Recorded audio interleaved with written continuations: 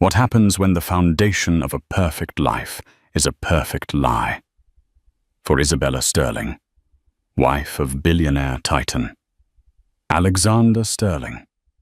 Her world was a fairy tale written in gold and diamonds. Pregnant with the heir to a multi-billion-dollar empire, she had everything a woman could desire.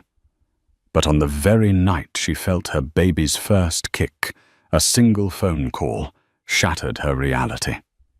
The other woman, the mistress she never knew existed, was in labor.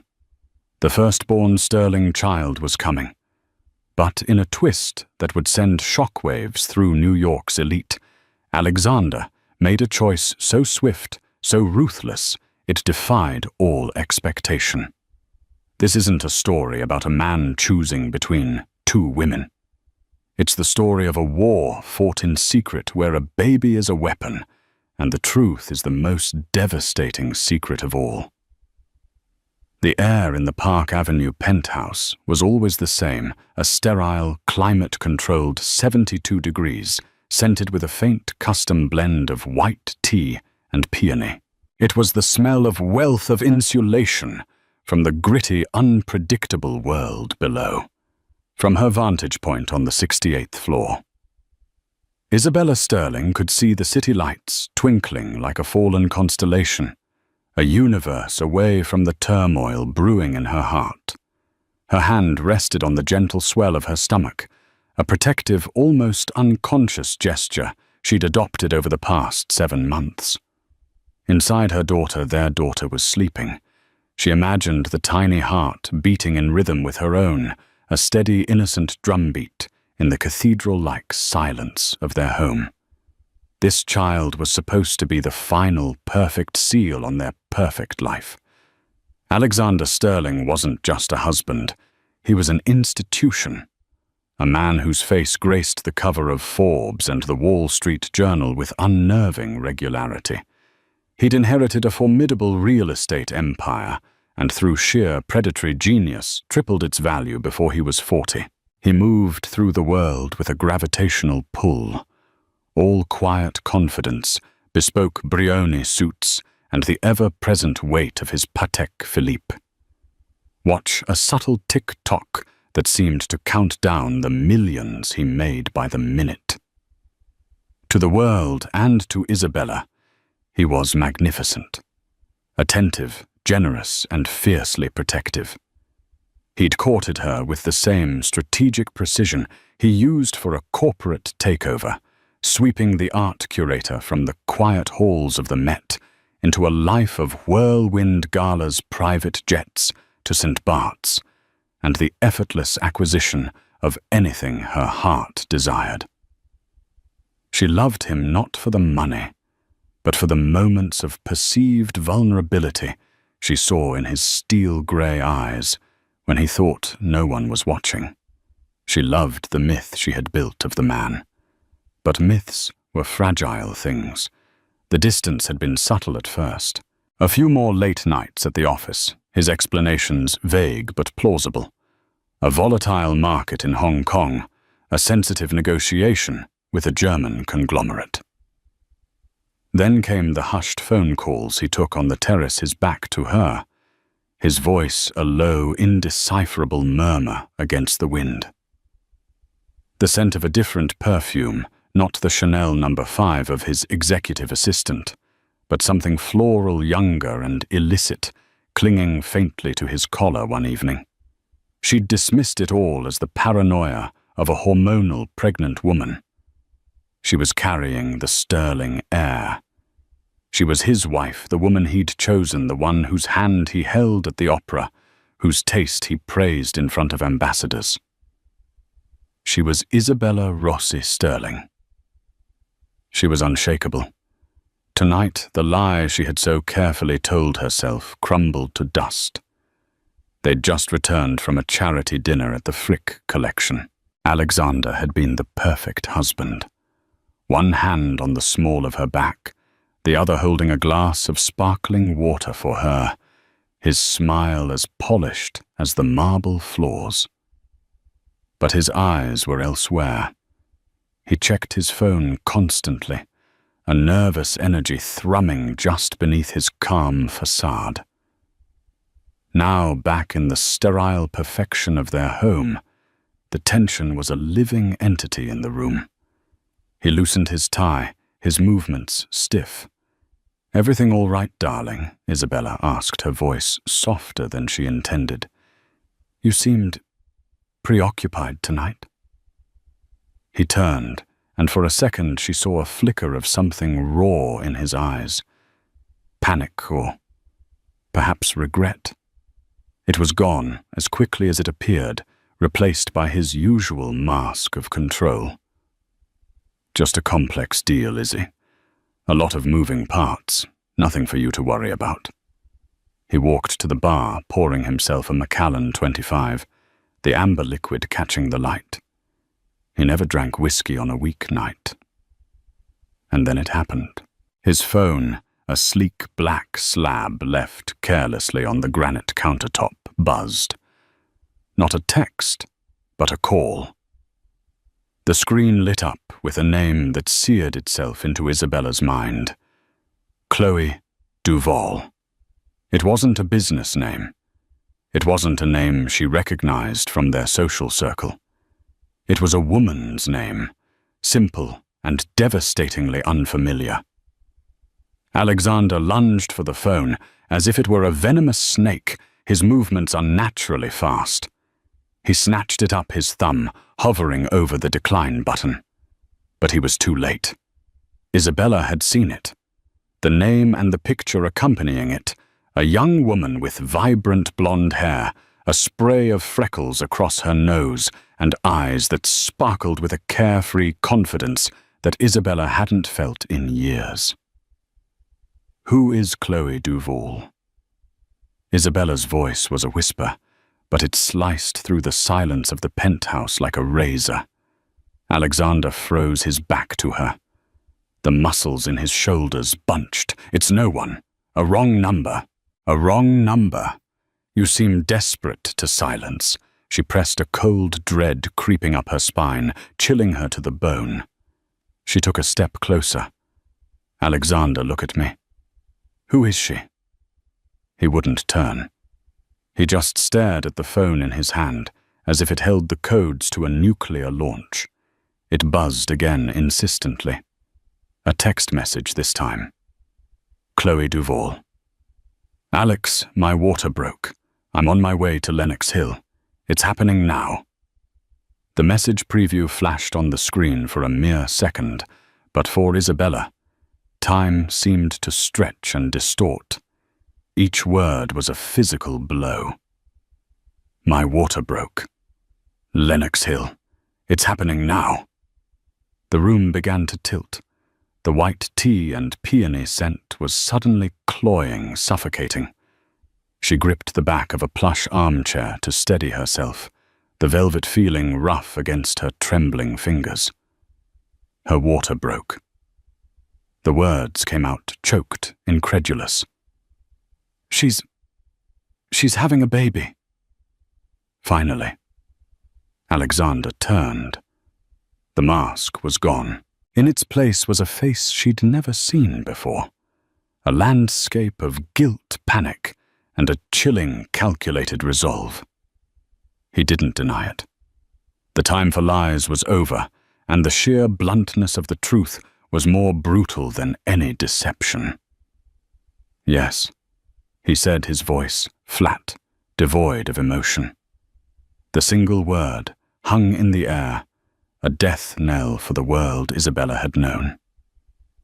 The floor seemed to drop away from beneath her feet. The baby inside her gave a sudden sharp kick, as if sensing its mother's distress. The sensation which usually brought her such joy now felt like a shared pang of betrayal. Our baby." Isabella stammered, her hand flying to her own stomach. "I'm having your baby." Who is she? How long?" "It's complicated, Isabella." "Complicated?" she shrieked, the sound raw and ugly in the pristine room. "Complicated is a bad business deal." Alexander complicated his choosing a caterer. This is a nightmare. His phone rang again. This time he answered it, his voice dropping into a low, commanding tone. I'm on my way. Yes, the private suite is booked under the name Finch. I'll be there in 20 minutes. He was going to her. He was leaving his 7 months pregnant wife to go to the birth of his mistress's child. The realization was so monstrous, so utterly unbelievable, that for a moment Isabella could only stare at him, her mind a white-hot blank. He ended the call and slipped the phone into his pocket. He wouldn't meet her eyes. He walked towards the bedroom, his steps measured and sure. "Where are you going?" she asked, though she already knew the answer. He paused at the threshold, his silhouette framed by the soft light within. "I have to go. You have to go." Her voice cracked with a hysterical laugh that was half sob. "You have a choice, Alexander. You can stay here with your wife, with your child, or you can walk out that door. But if you walk out that door right now, you are making it clear who and what you value." He finally looked at her, and his expression was the most terrifying thing she had ever seen. It was not the look of a man torn between love and lust. It was the look of a strategist assessing a threat, of a CEO managing a crisis. It was cold. It was impersonal. "I'll be back," he said simply, as if he were just stepping out to buy a newspaper. He disappeared into the master suite. Isabella stood frozen, listening to the sounds of him opening a drawer, the jingle of keys, the soft click of his watch being fastened back onto his wrist. He was choosing. He had chosen. He re-emerged moments later, holding a sleek leather briefcase she'd never seen before. He walked past her towards the grand foyer, with its marble floors and imposing mahogany door. He didn't look at her. He didn't say another word. Isabella followed him, her bare feet silent on the cold stone. "Alexander, please." She begged, the last shred of her pride dissolving. "Don't do this. Don't do this to us. To our daughter." He stopped with his hand on the door handle. He turned his head slightly, his profile sharp and unforgiving in the dim light. "This is bigger than you understand, Isabella," he said, his voice low and final. "Lock the door behind me." And then he was gone. The heavy door clicked shut with an air of finality that echoed in the cavernous apartment. The sound bounced off the polished surfaces, off the priceless art and the crystal vases, and settled deep in Isabella's bones. She was alone, utterly and completely alone in their gilded cage, 68 floors above a city that had never felt more hostile. Her perfect life, her perfect husband, her perfect future, all of it had been a lie. And as she slid down the wall, her body racked with sobs that tore from the very depths of her soul, she understood one horrifying truth. Another woman was giving birth to the first sterling heir, and her husband, the man she loved, had gone to be by her side. The war had begun, and she had just become its first casualty. The private birthing suite at Lenox Hill Hospital was a world away from the clinical chaos of the main maternity ward. It was decorated in muted tones of cream and sage green, with plush armchairs and a flat-screen television displaying a serene image of a waterfall. It smelled of lavender and antiseptic. To Chloe Duvall, it was the finish line. Sweat beaded on her forehead, mingling with tears of pain and exhilaration. Every contraction was a wave of fire, but she rode each one with a grim sense of triumph. This pain was productive. This pain was purpose. For 9 months, she had been Alexander Sterling's secret, a carefully guarded liability. Tonight, She was giving him something his perfect porcelain wife could not yet give him, a son, his firstborn. She had met Alexander at an art auction, a world she'd navigated with a hustler's ambition. She wasn't a blue-blooded heiress like Isabella. She was a self-made gallery assistant with a sharp eye and an even sharper understanding of what powerful men wanted. She hadn't just offered him her body. She'd offered him an escape. With her, he wasn't the titan of industry. He was just Alex. They'd talked about art, about philosophy, about dreams he'd had before the empire consumed him. He'd made her believe she was the only one who saw the real him. When she'd told him she was pregnant, a calculated risk after a forgotten birth control pill.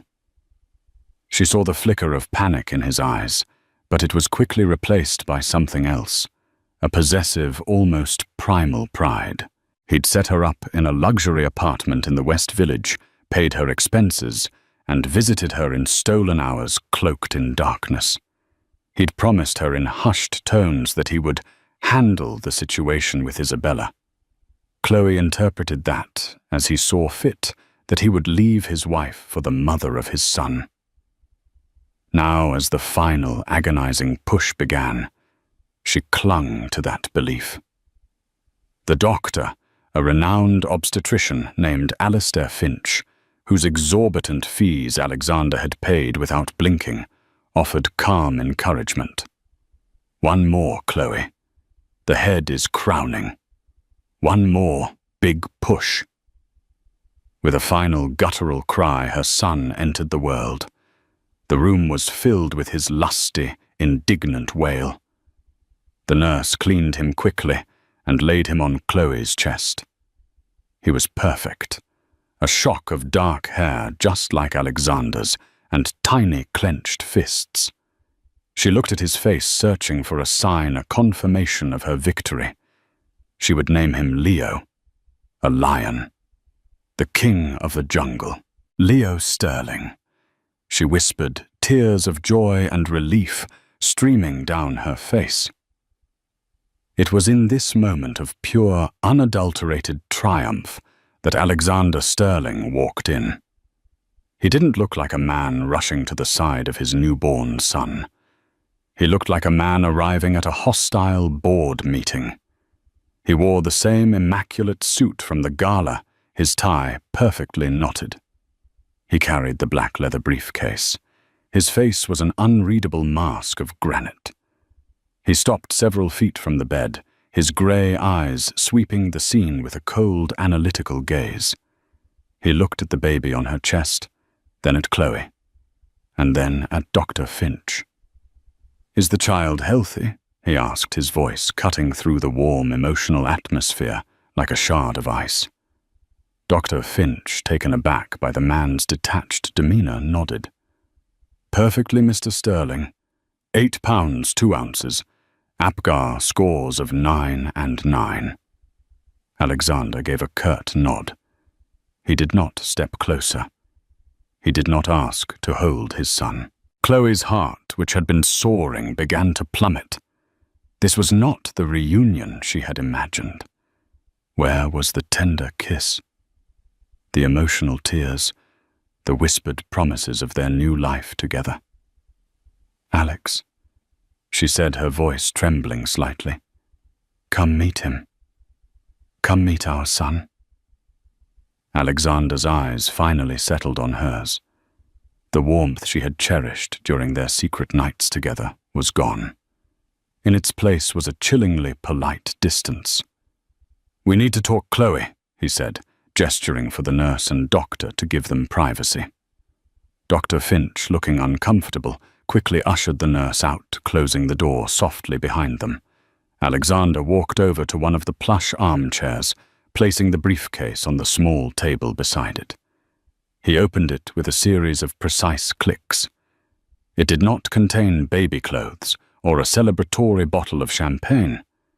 It contained documents, stacks of them bound in crisp legal blue. "What is this?" Chloe asked, clutching Leo tighter. A primitive fear began to replace her euphoria. "This, Alexander," said his voice, level and devoid of all emotion, "is the conclusion of our arrangement." He slid a sheaf of papers across the table. "This is a settlement agreement. It's quite generous. It provides you with ownership of the West Village apartment, free and clear. It establishes a trust fund for the child in the amount of $25 million to be managed by my family office.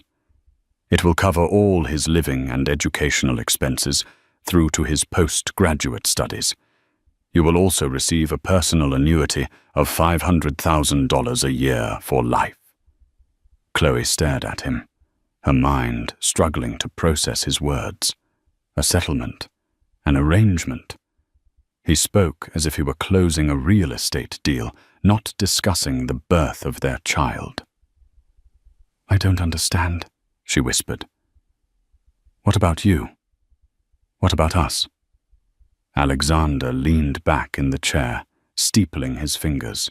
It was a pose of absolute power and control. "There is no us, Chloe. There never was. You were a diversion. A pleasant one for a time, but a diversion nonetheless." The cruelty of his words was breathtaking.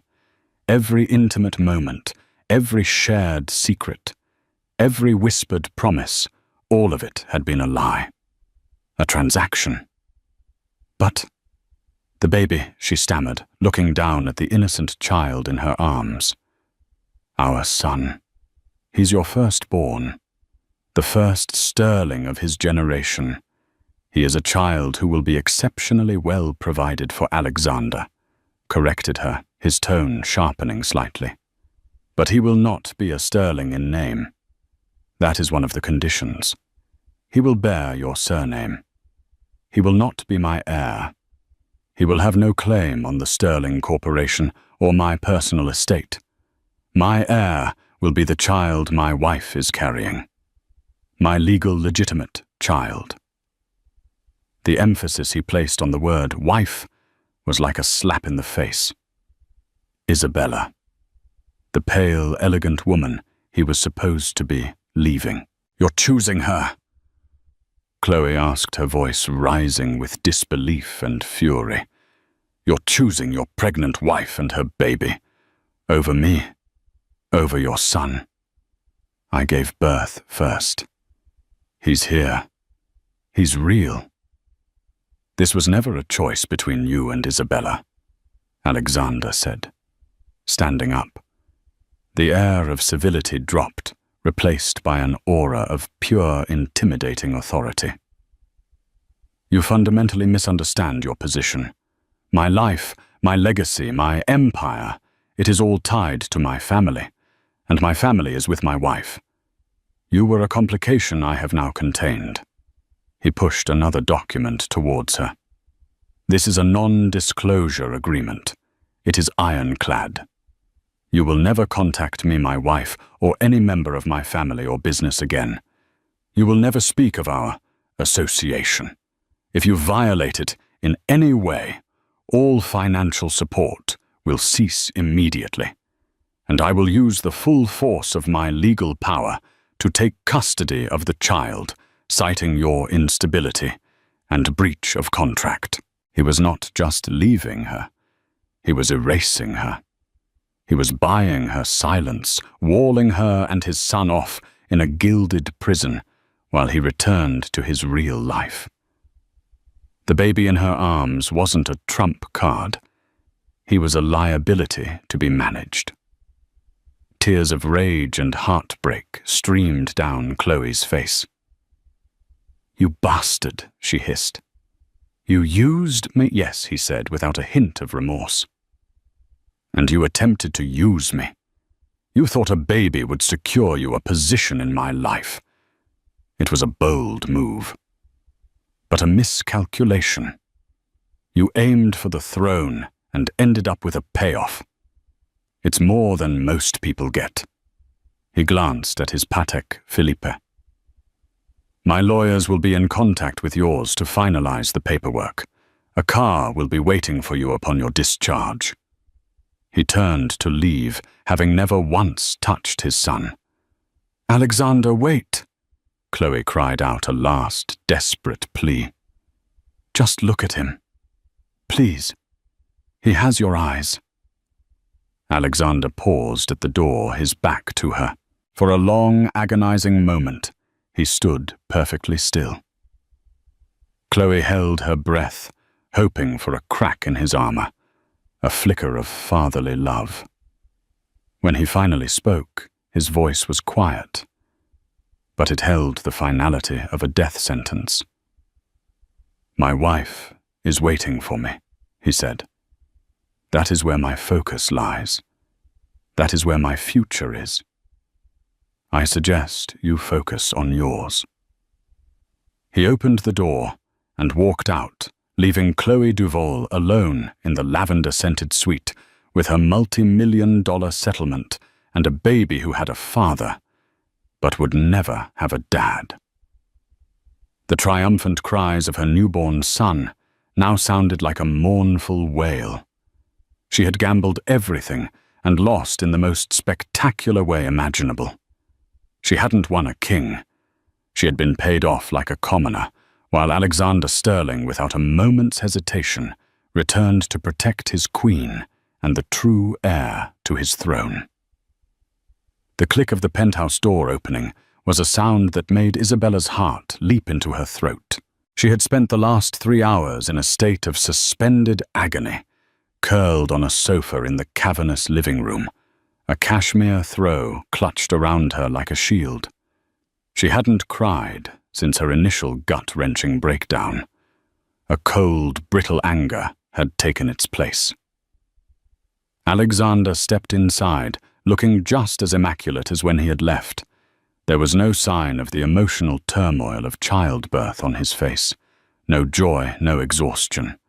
He looked like a man who had successfully concluded a difficult transaction. He placed the black leather briefcase on the floor and loosened his tie, his eyes finally meeting hers across the vast expanse of the room. "Isabella," he began, his voice quiet. Don't she cut him off, her own voice, sharp and steady. "Don't you dare come in here and say my name as if you haven't just shattered our entire life. Is she okay? Is your child okay?" She spat the word child as if it were poison. Alexander walked further into the room, stopping a respectful distance away. "The mother and child are healthy," good Isabella said with a chilling lack of emotion. "Then you have your heir, your firstborn." "Congratulations, Alexander. I assume my services are no longer required." "That's not what this is," he said, taking another step closer. "Izzy, please. Let me explain." Explain what she shot back, rising to her feet, her pregnant belly a prominent symbol of his betrayal. "Explain how you looked me in the eye and lied to me for months. Explain how you left your pregnant wife to be at the birth of your mistress's baby. There are no words in the English language that can explain that, Alexander. There is only the fact of it." "I came back," he said, his voice laced with an earnestness that almost sounded real. "I was there for less than an hour. I handled it. And I came back home. To you. Doesn't that tell you anything?" "It tells me you have an excellent sense of damage control," she retorted. "What did you do? Pay her off? Threaten her? Set her and your bastard child up in a secret love nest somewhere?" "I have ended the arrangement," he said, his jaw tight. "I have made it unequivocally clear that my life is here with you, with our daughter. What happened with Chloe was a mistake, a grave error in judgment. But it's over." He tried to reach for her hand, but she snatched it away as if his touch would burn her. Over, she laughed, a bitter, hollow sound. "A child was just born, Alexander. a child that shares your blood. It is never going to be over. It will be a shadow that hangs over us, over our daughter for the rest of our lives. I chose you, he insisted, his grey eyes boring into hers. When it came down to it, there was no hesitation.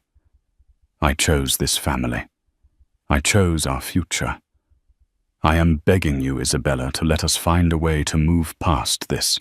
For the first time since he'd walked in, she saw a crack in his composure, a desperation. He looked at her stomach, at the child they had created together, and his expression softened into something that resembled genuine remorse. It was this flicker of the man she thought she knew, the man she loved, that sowed a tiny, treacherous seed of doubt in her heart. Was it possible? Could a man make such a catastrophic mistake and still ultimately choose the right path?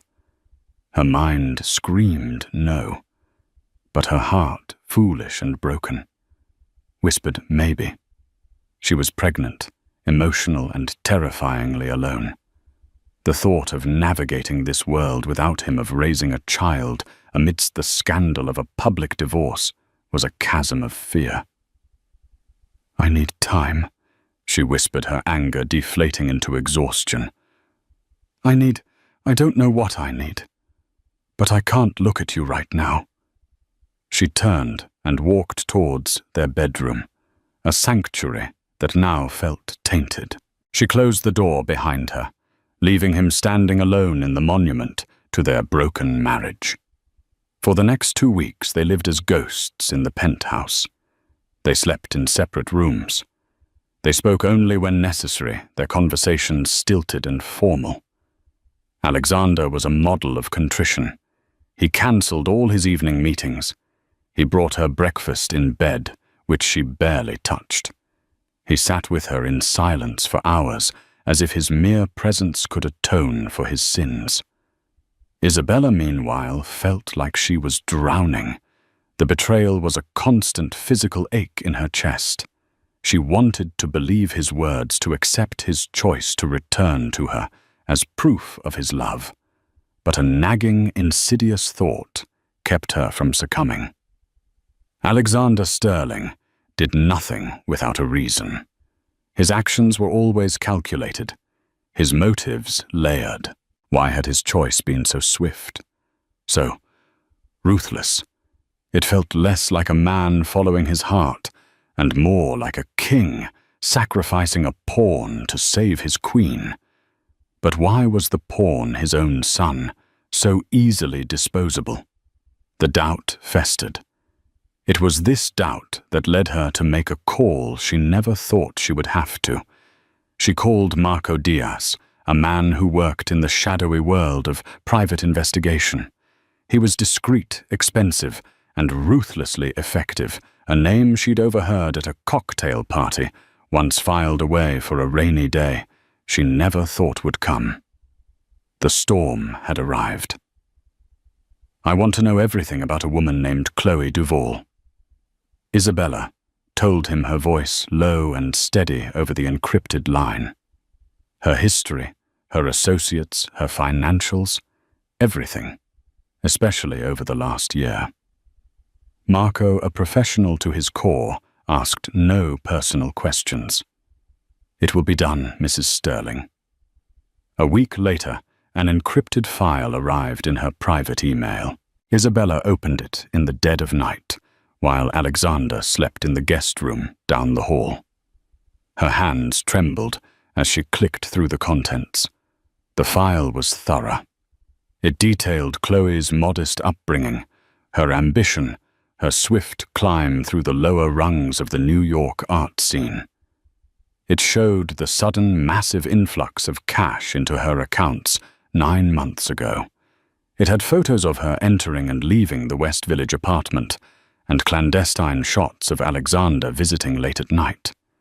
It was all there, a sordid, painful confirmation of the affair. But then Isabella saw something that made the blood drain from her face. It was in a subfolder titled Known Associates and Communications. Marco's team had hacked Chloe's phone records and social media. Most of it was mundane, but one recurring contact stood out: a series of calls and encrypted messages to and from a number registered to a shell corporation. A shell corporation that Marco, with his considerable resources, had traced back to one man, Marcus Thorne. The name hit Isabella like a physical blow. Marcus Thorne was not just a business rival to Alexander. He was a nemesis. Years ago, Thorne and Sterling had been locked in a brutal battle for a massive downtown development project. Alexander had won, not just by outbidding Thorne, but by exposing a bribery scandal that had nearly landed Thorne in prison and left his company in ruins. Thorne had lost everything: his fortune, his reputation, his marriage. He had vanished from the New York scene, a ghost rumored to be nursing a vendetta of epic proportions. Why in God's name was Chloe Duval, Alexander's mistress, in contact with Marcus Thorne? Isabella scrolled further, her heart hammering against her ribs. There were financial records. A large, untraceable payment had been made from another of Thorne's offshore accounts to Chloe, just days before she announced her pregnancy to Alexander. The pieces began to click into place, forming a picture so sinister, so diabolical, that Isabella felt sick to her stomach. This wasn't a simple affair.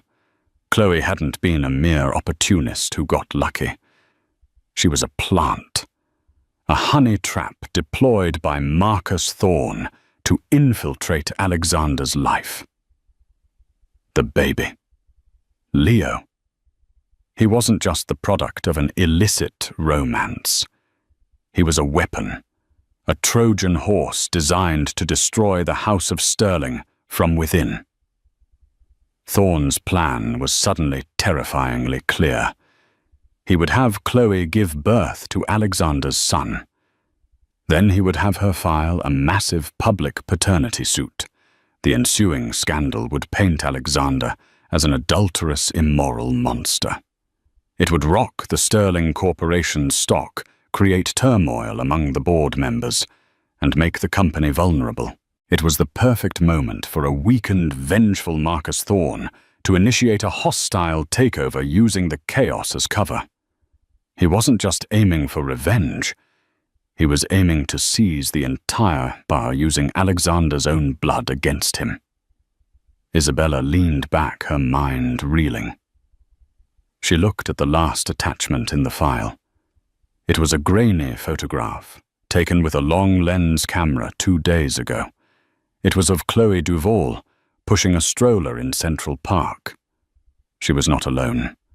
Sitting on the bench next to her, his face a mask of smug satisfaction, was Marcus Thorne. He was looking down at the baby in the stroller, and the expression on his face was not one of affection. It was the look of a man admiring his masterwork, his perfect tool of vengeance. A chilling realization washed over Isabella. Alexander's swift, brutal dismissal of Chloe and the baby. It wasn't a choice between his wife and his mistress. It was a calculated corporate maneuver. He wasn't choosing love. He was neutralizing a threat. But did he know about Thorne's involvement? Or had he simply, by pure, cold-hearted instinct, cut out a potential problem before it could fester? The question hung in the air, heavy and menacing. Her husband was not just an adulterer. He was a man caught in a deadly game of corporate espionage, a game where his own child was a pawn. And he had brought that war into their home, into her life, placing her and their unborn daughter squarely in the crossfire without her even knowing it. The betrayal now had a new, more terrifying dimension. It wasn't just about infidelity. It was about a secret war he had been fighting, and she had been nothing but a piece on the board. Her anger returned no longer brittle, but forged into something hard and sharp as steel. She closed the laptop. She now understood the game, and she would not be a pawn in it any longer.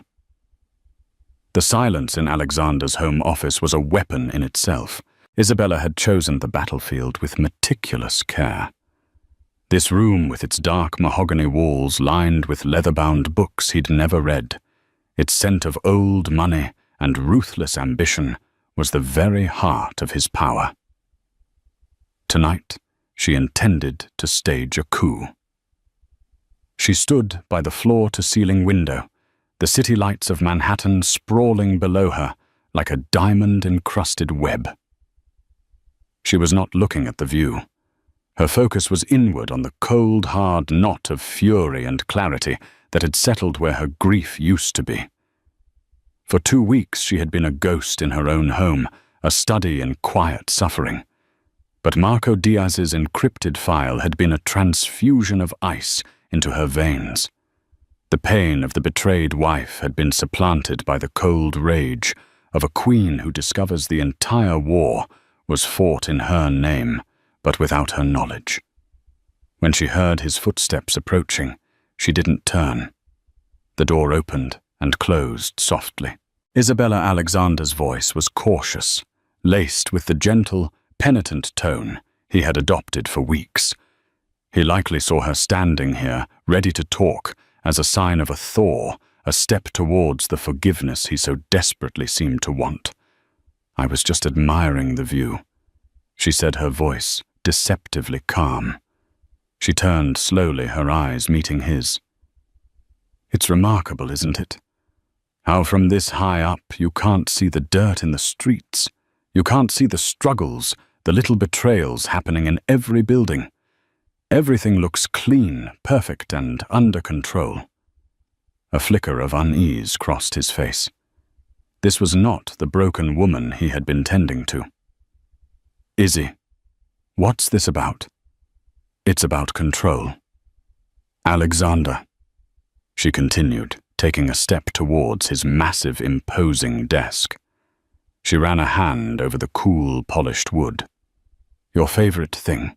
You control markets, you control companies, you control people.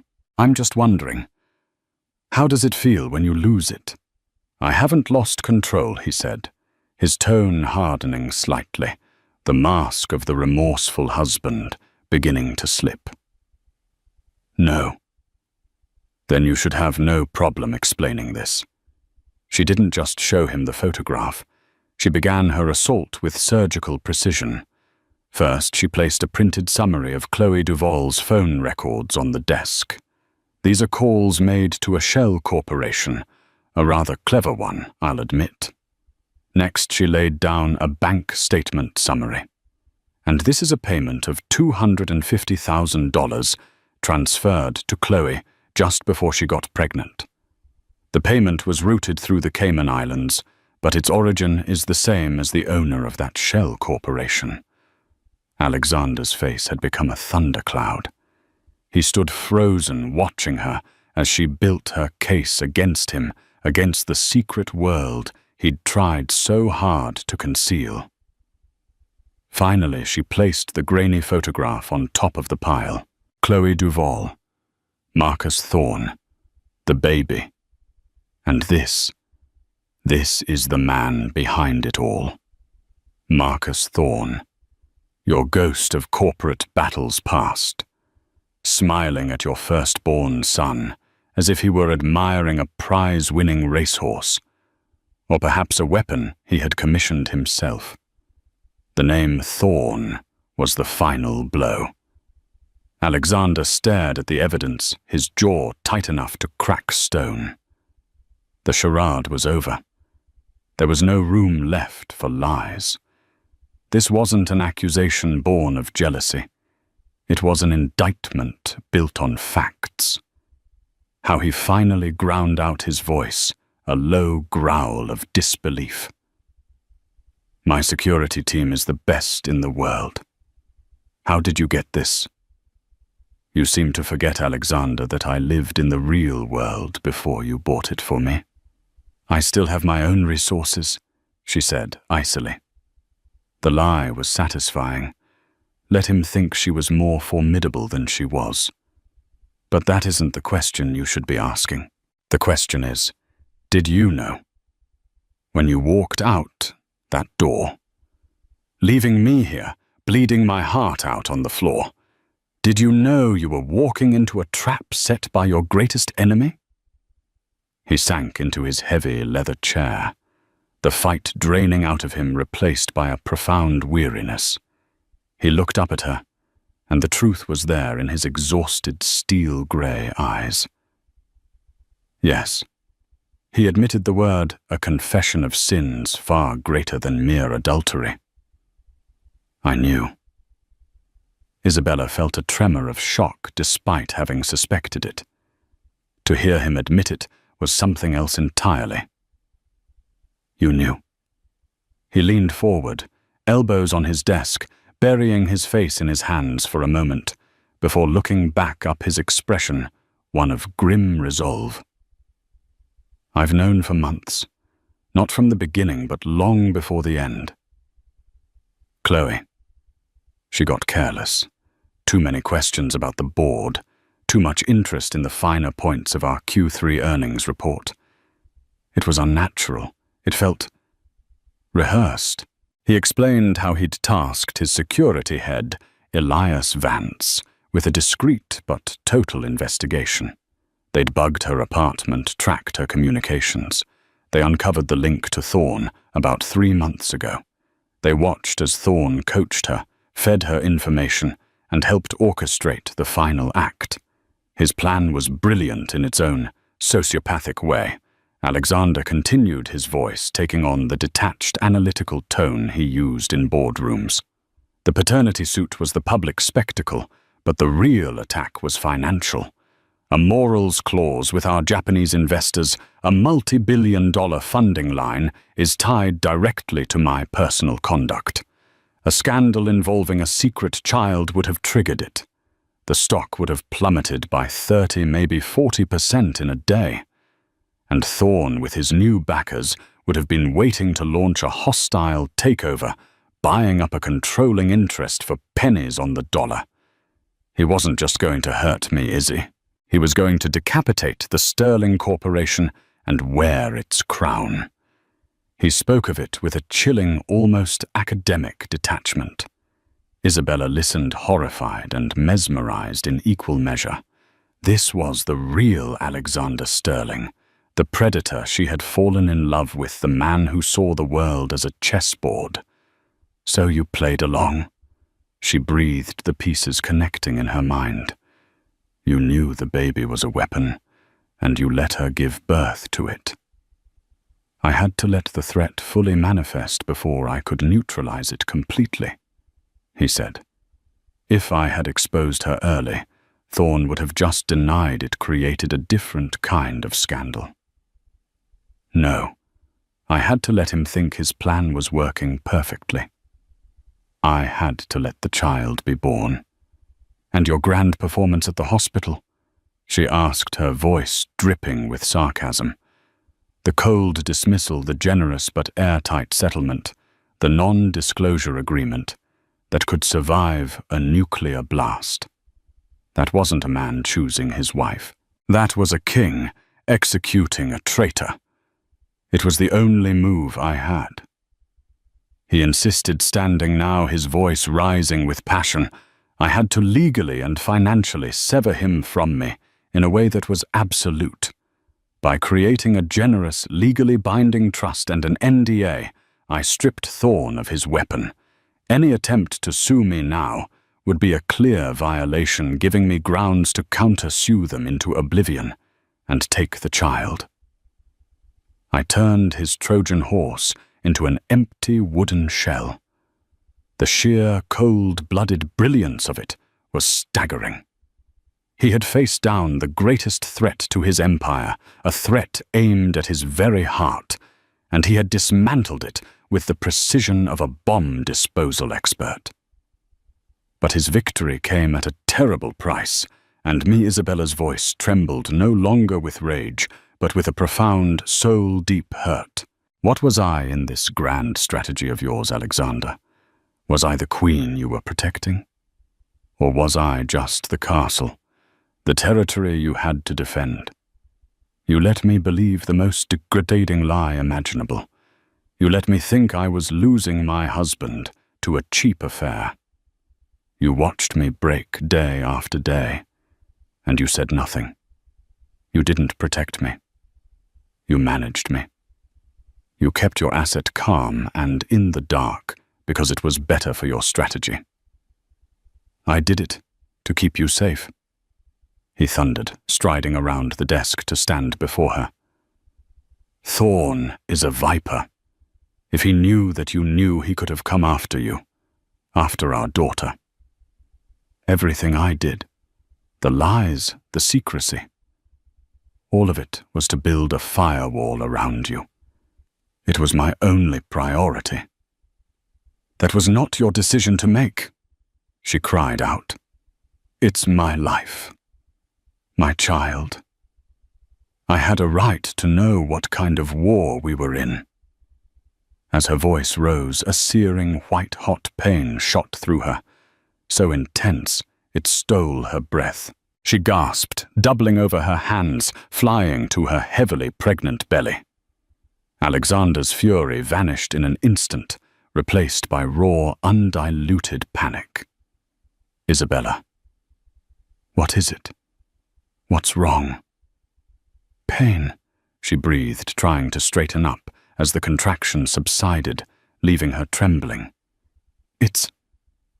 I think it's just stress. But another wave began to build a powerful, deep clenching that radiated from her back. It was undeniable. Real. This was not stress. This was labor. Her eyes locked with his, wide with shock and fear. And then the final, unmistakable sign. The warm gush of her water breaking, soaking through her dress, a shockingly primal event in the cold, corporate sanctum of his office. Alexander. She whispered, her voice a mix of terror and awe. It's time. The baby. She's coming. In that moment, Alexander Sterling, the CEO, the strategist, the ruthless warrior, ceased to exist. He became just a man, terrified and completely out of his depth. The chessboard was wiped clean. The game was over. A new, far more important reality had just asserted itself. Okay, he said, his voice shaking as he guided her into a chair. Okay. We're okay. He was talking to himself as much as to her. He fumbled for his phone, his hands that could sign multi-billion-dollar deals now struggling to dial their doctor. The hours that followed were a surreal fusion of agony and intimacy. In the back of the Maybach, speeding towards Lenox Hill, Isabella gripped his hand. Her knuckles white, her world narrowed to the rhythm of the contractions. All the lies and betrayals that had separated them just moments before were burned away by the sheer overwhelming force of childbirth. There was no room for anything else. He was by her side constantly, a stark contrast to his clinical detached visit for his other child's birth. He was her anchor. He breathed with her, his face a mask of concern, his eyes never leaving hers. He saw her pain, her strength, her fear, and it was reflected in his own expression. In the brightly lit delivery room, as Isabella gave her final monumental push, a new life entered their fractured world. A daughter. Perfect and screaming with a full head of dark hair, and eyes that when they finally opened were the same startling steel grey as her father's. The nurse laid the baby on Isabella's chest. The tiny warm weight was grounding a miracle amidst the wreckage. Serafina. Isabella wept a sound of pure, unadulterated relief and love. Alexander leaned over them, his own tears falling freely onto the blanket, heedless of his image.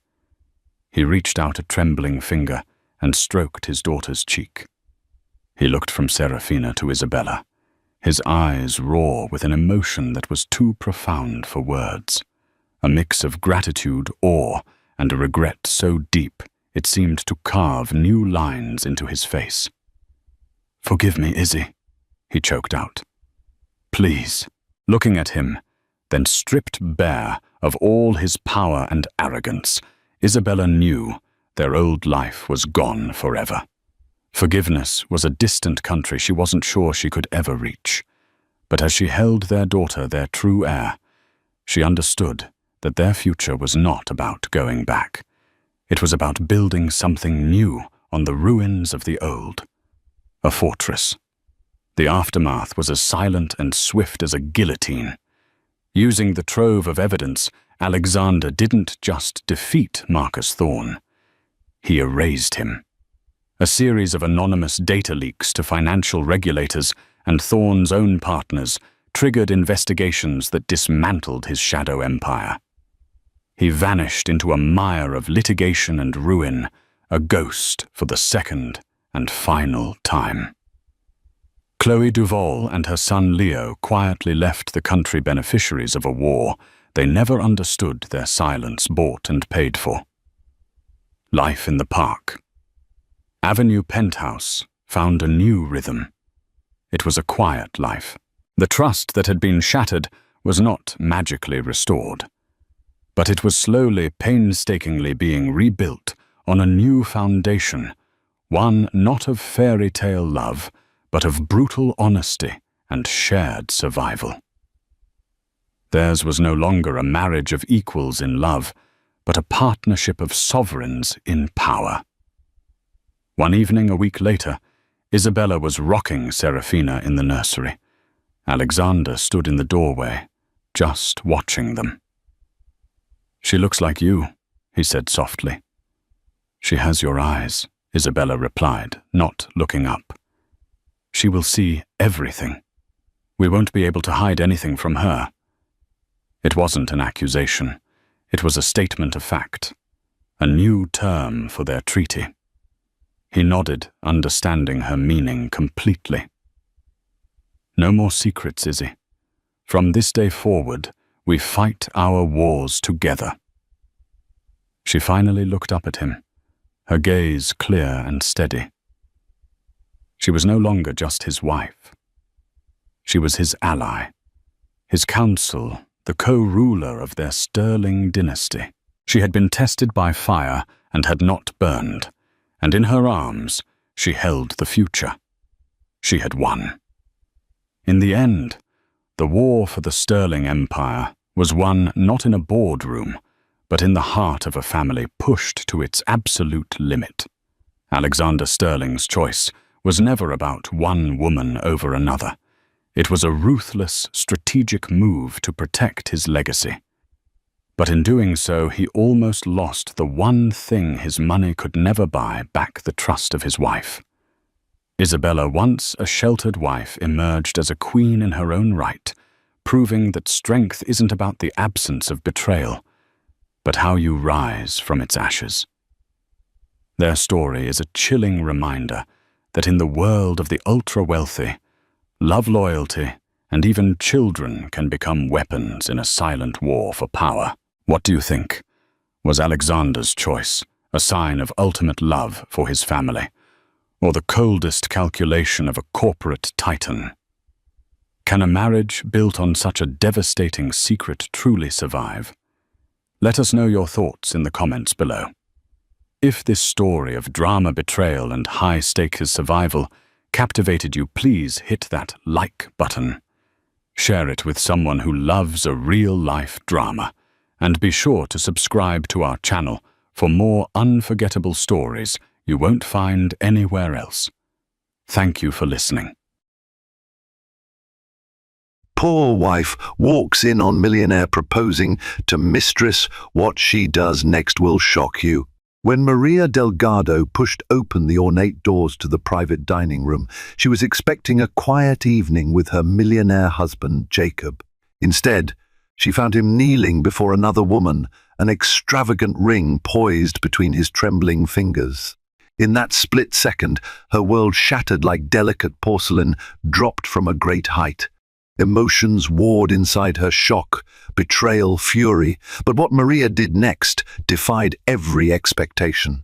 The consequences of that decisive moment would reverberate through high society circles, revealing secret alliances, shattered trust, and a woman's quest to carve her own destiny out of the chaos her husband had unleashed. Maria Delgado had been raised to believe in the power of love. Born in a modest suburb of Philadelphia, she'd spent her childhood studying hard, watching her parents work long hours, and learning the value of perseverance. Love, in her eyes, was meant to be honorable, a sacred promise that transcended time and adversity. So, when she married Jacob Delgado, an unassuming man at the time, who later skyrocketed to wealth, she believed their union was fated. Everything about Jacob back then spoke of ambition tempered by warmth, a thirst for success supported by a deep devotion to her. They married in their mid-20s, beginning with a modest apartment in downtown Philadelphia. While he climbed the rungs of the real estate development world, Maria supported them both by teaching music lessons to neighborhood kids. She beamed with pride each time Jacob closed a deal that brought them a step closer to his dream, building an empire. Through the nascent years of their marriage, every victory was shared. Every setback was consoled by the other. The couple felt invincible. As Jacob's fortunes grew, so did his interests, and the city seemed too small for his evolving ambitions.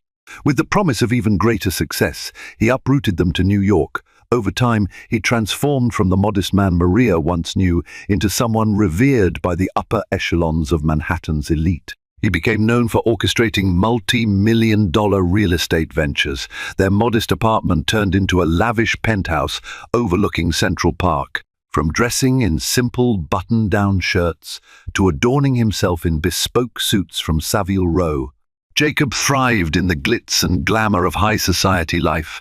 Maria was proud of him, of course.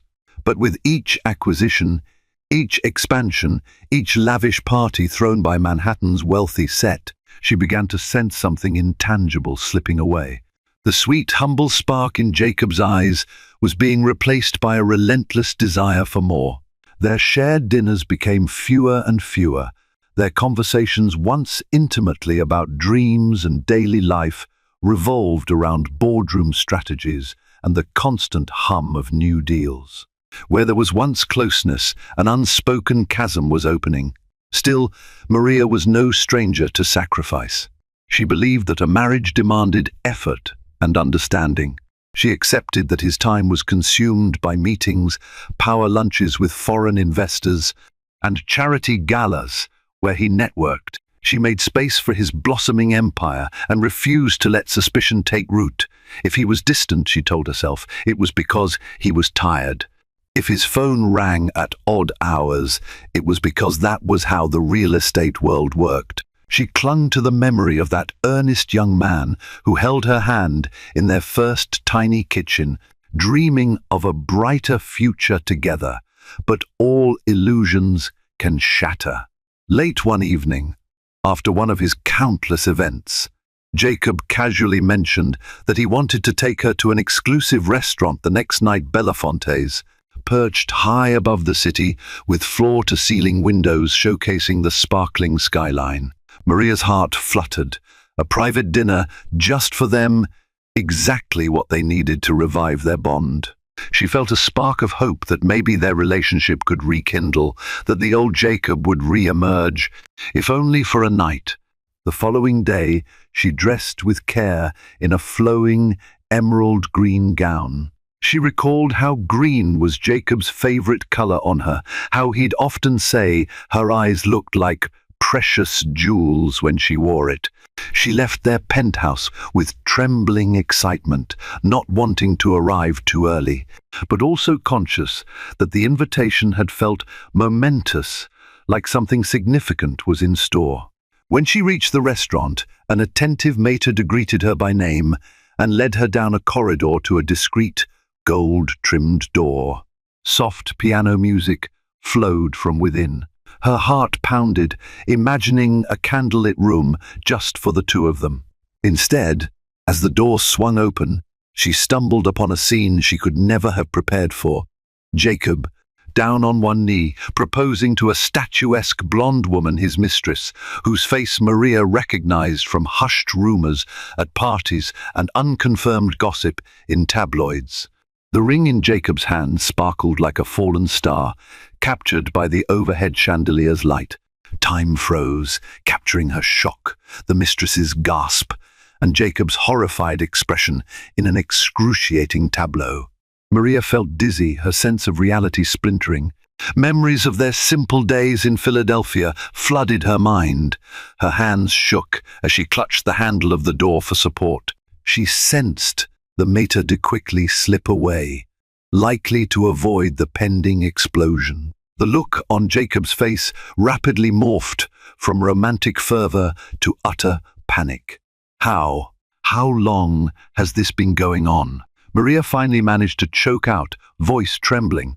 The blonde woman, Annalise Winslow, as Maria would later learn, stepped back, her hand protectively covering the ring that Jacob had tried to slip on her finger. She had a deer-in-headlights look, as if she had expected this moment, but not in such a brutal collision of truths. "Maria," Jacob began, rising slowly from his knee, "it's not what it looks like." A pit of molten anger rose in Maria's chest. The anguish burned, pried open by betrayal. She glanced at the ring Jacob was holding. It wasn't a tiny diamond. It was a massive rock, overshadowing the modest ring she herself had worn with pride for years. Everything about this was a sickening confirmation of what she had refused to suspect.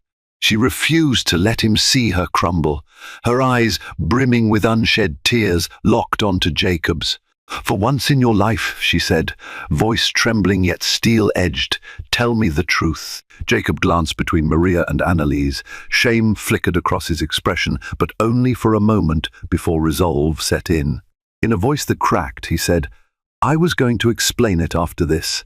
I never wanted you to find out this way." He was trying to speak gently, but Maria found it galling.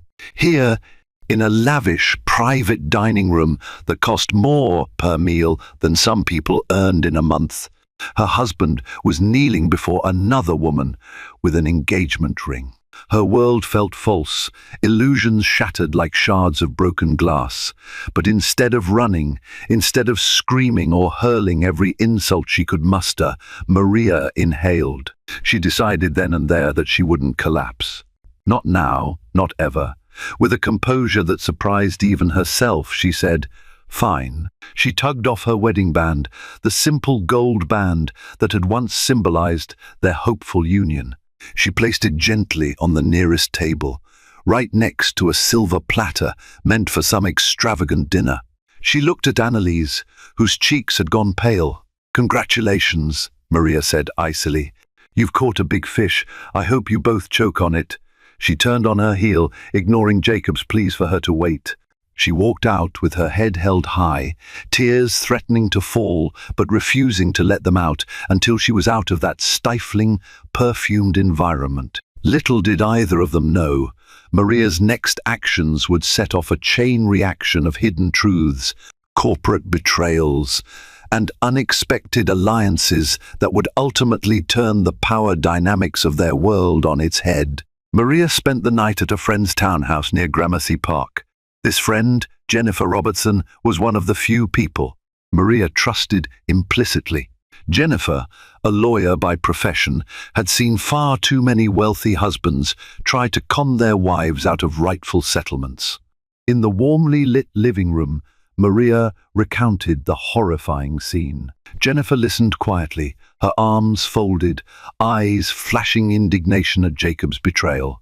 When Maria finally finished, the tears she had held back since the restaurant began to slide down her cheeks. Jennifer promptly pulled her into a hug. "Maria," she murmured, "this is terrible, but you're not going through it alone. This time, you have to look out for yourself." Maria sniffled, still reeling. "I never thought. All those business trips, all those late nights, Jennifer tightened her grip. People like Jacob, they think they can have everything. The wife, the mistress, the image of perfection. You don't deserve that.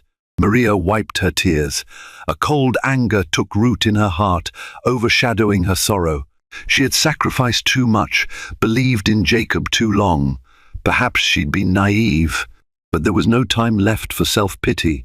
"What do I do?" she asked, gazing at Jennifer. "I'm not going to just let him throw me away." Jennifer pursed her lips, then reached for her phone. "First, we need to call Patrick Hodges, one of the top divorce attorneys in New York. He'll know exactly what to do. The Delgado empire might have been built by Jacob, but you've stood beside him every step of the way. New York law won't ignore that." For hours into the night, they planned. Jennifer explained the complexities of high-asset divorces, the myriad ways spouses try to hide money. They dissected the financial empire Jacob had built, the real estate ventures, the offshore accounts rumored by some to exist, the charity foundations that he might use as tax shelters. Maria listened, took notes, and found her heartbreak morphing into a dogged determination. If Jacob thought he could so brazenly propose to another woman, he was in for a rude awakening. The next morning, Maria woke from a fitful sleep. She rose, showered, and dressed in a simple black outfit. She stared at her reflection in the mirror, her eyes rimmed with sadness, yet also lit by an undercurrent of resolve. She thought about that shocking moment in the restaurant. It had been mere hours since her life was turned inside out, yet it felt like an eternity. An unexpected wave of curiosity washed over her. What kind of woman was Annalise Winslow, beyond the honey-blonde hair and designer gown? How long had Annalise waited in the wings for Jacob to propose? Maria's mind churned with possibilities. Was she manipulated by Jacob's power, or was she the manipulator? Determined to cut through the speculation, Maria decided she wanted facts. She dialed a private investigator's number, someone recommended by Jennifer. A man named Richard Pine, known in certain circles for his thorough, discreet approach. Maria remembered meeting him briefly at a philanthropic event. He'd been introduced to her as the best man to find what's hidden. If there was dirt to be dug up, Richard Pine could unearth it. Within an hour, Maria was sitting in a small, upscale coffee shop near Union Square. Face to face with Richard, he was a sturdy man in his mid-50s, with kind but calculating eyes. "What can I do for you, Mrs. Delgado?" he asked in a measured tone, sipping his espresso. Maria inhaled slowly. "I found my husband proposing to another woman last night," she said, voice unwavering. "I need to know everything about her, her background, her motivations, any skeletons in her closet." Richard set down his cup, making the slightest grimace. "I'm sorry to hear that. Cheating spouses are unfortunately too common in my line of work. But let's talk specifics. What do you already know about this woman?" "Her name is Annalise Winslow.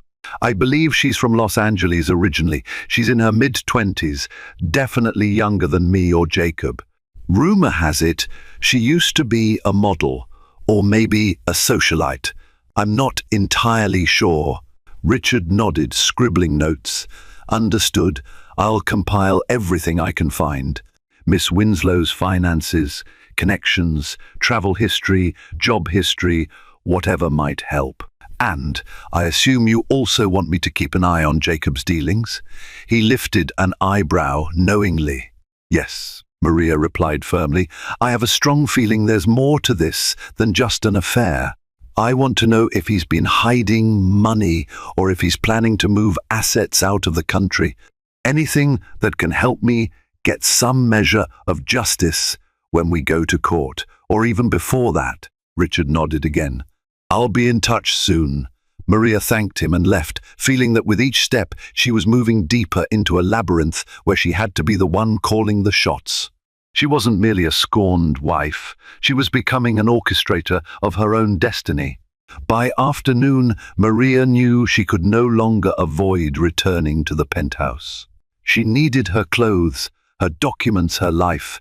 She braced herself for the confrontation that was inevitable. Summoning what courage she had, she took a taxi to the towering building that had once felt like a dream come true. Its gleaming marble lobby now felt foreign. She ascended in the private elevator, her heart pounding, stomach in knots. As she slid the keycard and the doors to the penthouse opened, she heard Jacob's voice carrying down the corridor. To her surprise, he wasn't alone. She recognized the female voice, Annalise. They seemed to be arguing. Maria took a moment to listen. Through the grand foyer, she could make out the two silhouettes in the living area. She heard Annalise's voice, tight with anger. "You said you'd handle this differently. Now everyone's talking about it like some scandal. How do you think this makes me look?" Jacob hissed back. "You think I planned for Maria to walk in? God, Annalise, I'm juggling a million things." The board at Delgado Holdings is going to be furious if this leaks to the press. This was supposed to be discreet. Maria felt a twinge of savage satisfaction hearing the cracks form in their alliance. With her shoulders set, she stepped forward, letting her heels clack on the polished floor. Jacob and Annalise whirled around, identical expressions of shock distorting their features. "Maria," Jacob started, lifting a hand in an entreaty, but Maria's gaze was locked onto Annalise. Up close, the mistress was undeniably striking tall, poised with carefully styled waves of golden hair. Yet Maria noticed a flicker of insecurity behind that controlled exterior. "Good," she thought. "I'm not the only one rattled. I just came to get my things," Maria said plainly. "Then I'll leave, and you two can celebrate your engagement in peace." Annalise's shoulders relaxed, but her eyes narrowed in faint challenge. Jacob stepped forward. "Maria, wait. I think we should talk." She laughed mirthlessly. "Talk? That's what you wanted to do? You were going to propose to her, Jacob. Don't pretend there's any middle ground here. And honestly, what do I have to say to you? Congratulations." Jacob's jaw tightened. "It's not that simple." "Actually, it is," Maria snapped, her emotions flaring. "You made a choice, a public choice no less. I can't undo that, and I won't be your doormat." Annalise crossed her arms, lips pressed together, as though restraining herself from retorting. Maria caught the fleeting glance she gave Jacob, some mixture of fear and entitlement. It dawned on Maria that Annalise may have feared losing the security Jacob's fortune promised. The scorned wife's presence in the penthouse complicated matters for the mistress, who presumably dreamed of living here in style. "Just take whatever you need," Jacob said after a moment. "We don't need to fight in front of her."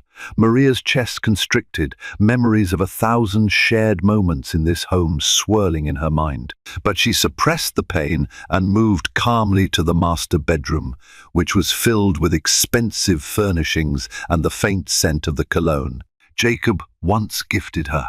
She methodically packed a suitcase with her clothes and personal items. Her fingertips lingered on a framed photo of them in front of their first store-bought Christmas tree, back in their humble Philadelphia apartment. She set it aside, not wanting to carry something so laden with nostalgia.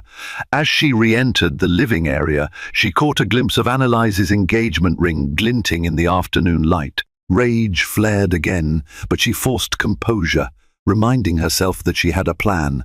Once she had everything she needed, she paused at the door, turning back to them.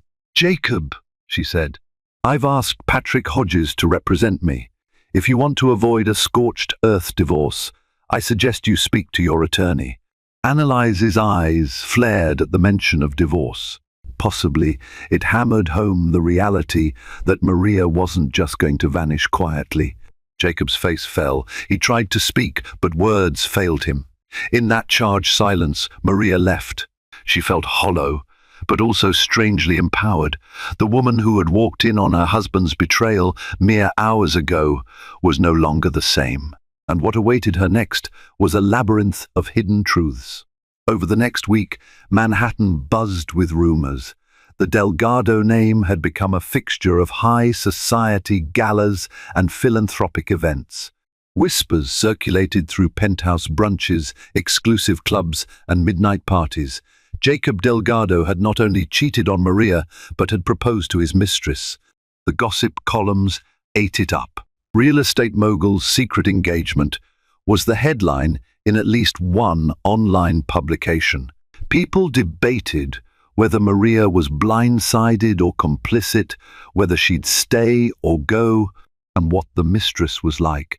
In the meantime, Patrick Hodges, the formidable divorce attorney, laid out a roadmap for Maria.